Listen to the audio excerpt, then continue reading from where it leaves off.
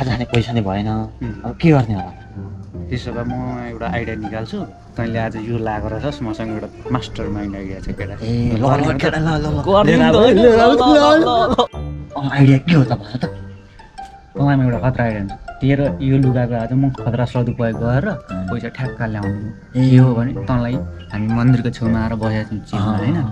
तँलाई ज्योतिषी बनाउँछु मैले एउटा मुर्गा दाई चिनेको छु त्यसले काम केही गर्न सकेको छैन त्यो अहिले फ्रस्ट्रेसनमा छ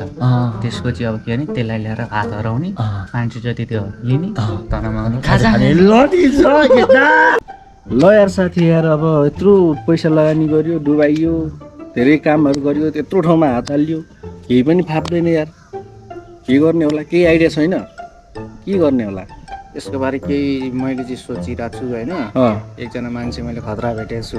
को मान्छे को मान्छे हो त्यहाँ एउटा दाइले मलाई भन्नुभएको थियो त्यो मान्छे एकचोटि भेट्न चाहनु त तेरो लागि ठिक हुन्छ भने जाउँ न त एकचोटि जाउँ जे गर्दा पनि हुँदैन जे गर्दा नि असफल हुन्छ त्यो दाइले ठ्याक्कै भन्छ अरे अब ठ्याक्कै पुर्याउँछ अरे ल जाउँ त जाउँ ल जाउँ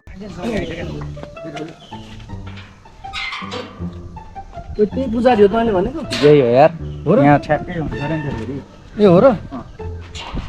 ल अन्त जाउँ एकचोटि कुरा गरौँ न त गुरु नमस्कार नमस्ते गुरु ओहो बाबु किन आइपुग्यो तिमीहरू ल बस ए गुरुसँग यहाँ अलिअलि सानो काम परेर आएको के काम पर्यो होला केटाहरूलाई अब बिजनेसमा जे गरे पनि फाप्दैन विदेशतिर पनि फाप्दैन केही हुँदैन अब यो के हो भएको यसो बेला हातेर ग्रहदशा के रहेछ त्यो हेरिदिनु पर्यो हजुरले लु बाबुहरू धेरै टाढाबाट मलाई सम्झेर आएछौ होइन अब के समस्या छ अब हात हेरौँ नि त है त ए हुन्छ गुरु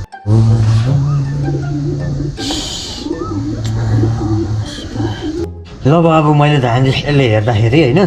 तिम्रो शनि भएर मनी नभएर रहेछ होइन त्यही भएर सकिन्छ शनि अब यो सालको अन्त्यतिर तिम्रो यो सकिन्छ बरु पिपर र सूर्यलाई तिमीले पानी हाल्नु पऱ्यो होइन अनि त्यसपछि तिम्रो अलिकति के रहेछ भने यो सालसम्म तिम्रो खटपट रहेछ कि अब तिम्रो यो सालको अन्तिममा तिम्रो बिहे पनि हुनसक्छ होइन उमेर पनि बिहे गर्नु भयो होला नि त बाबुको हो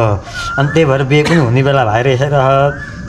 ल तिम्रो पैसा नआएको कारण चाहिँ के रहेछ घरमा लक्ष्मी नभित्रेर पनि रहेछ लक्ष्मी भित्रिने बित्तिकै घर व्यवहारहरू जम्मै सम्हाल्ने खालको नि एउटा चाहियो नि त बाबुलाई होइन अनि तिमी यति भौतारेर नि हिँडिरहेको छौ अहिले हो कि कहिले विदेश गइरहेको छौ यहाँनिर त्यही लेखिरहेको छ विदेश पनि तिमी गइरहेको रहेछौ विदेशबाट तिमी अचानक फर्किनु पऱ्यो घरमा केही समस्या भएर होला होइन तिम्रो यहाँ रेखाले के देखाइरहेको छ भने लक्ष्मी भित्राउनु पऱ्यो भनेर देखाएको छ हेर बाबु होइन तिमीले अब यो सालको अन्तिमतिर लक्ष्मी ल्याउनु पऱ्यो होइन अनि तिम्रो एउटा राम्रो विशेषता के भने तिम्रो अब त्यो माटो चाहिँ तिम्रो लागि एकदम राम्रो तिम्रो जीवनमा माटो खेलाउन सक्नु पर्यो के भने माटो भनेको के भने कृषि एभोगाडो होइन यस्तो अनि घर त्यो बिक्री गर्दैन के भन्छ अब मलाई त आउँदैन होइन त्यो गर्नु पर्यो त्यस्तो गर्नु पर्यो तिम्रो एकदम फलिफाप छ अब यो सालदेखि तिम्रो एकदम राम्रो छ तिम्रो फलिफाप हुन्छ र हनी ल्याउनलाई मनी ल्याउनलाई हनी ल्याउनै पर्यो हनी भने स्वास्नी ल्याउनु पर्यो हेर बाबु है त हुन्छ मलाई दक्षिणा गुरुलाई दिनुपर्ने यार ए हो र हेर्छु न